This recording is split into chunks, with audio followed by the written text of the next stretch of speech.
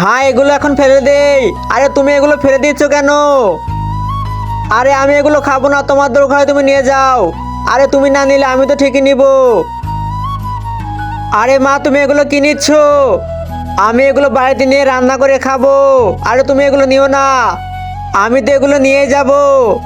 আরে মা, তোমার যা মনে চায় তুমি তাই করো, আমি চললাম। আরে তুই যা।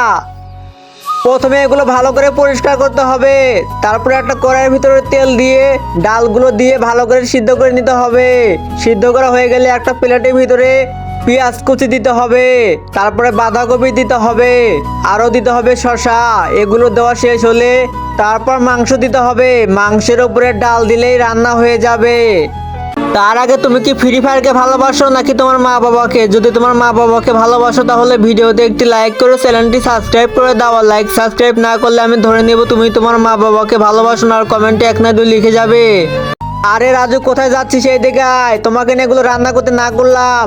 আরে তুই আগে খেয়ে দেয়া কেমন হয়েছে তারপরে বলিস। আরে তুমি যেহেতু বলছো তাহলে দাও।